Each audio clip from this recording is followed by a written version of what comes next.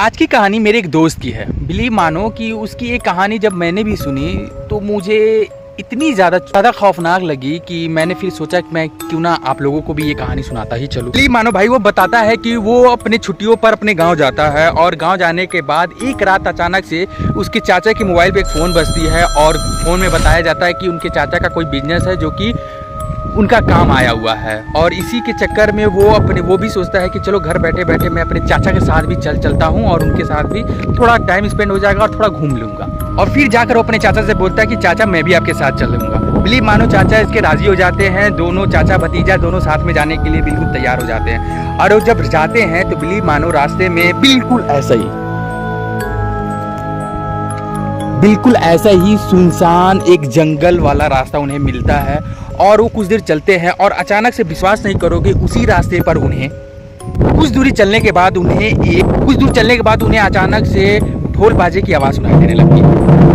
और जब वो आगे कुछ देर चलते हैं तो उन्हें एक बारात दिखाई देती है। और बिलीव मानो ऐसे ही सुनसान इलाके में अचानक से एक बारात दिखाई देना, और उस बारात में इन्हें क्या दिखता है कि वो बारात में सारे लोग वाइट कपड़े पहने हुए हैं, सफ़ेद कपड़े पहने हुए हैं और शांति से एक तरीके और एक लाइन में चले जा रहे हैं। उसी में से एक इंसान इनके सामने आता है और धमाक से इनके सामने खड़े होकर इन्हें बोलता है बिलीव मानो जब वो प्रसाद लेने के लिए आते हैं तो उनके चाचा इशारा करते हैं कि ले लो। और बिलीव करो कि वो मेरा दोस्त वो भी प्रसाद लेता है।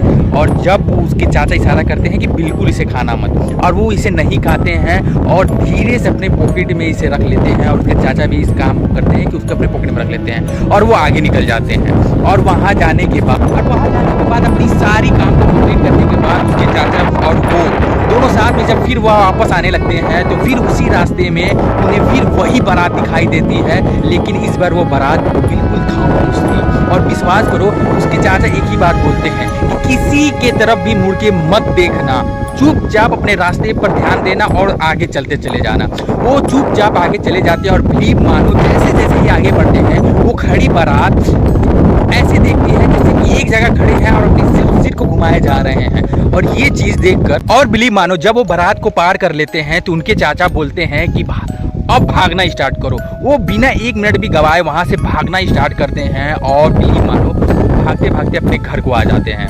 और सुबह जब होती है, सुबह होने के बाद अपने बुजुर्गों के सामने जाकर ये सारी बातें मेरा दोस्त बताता है।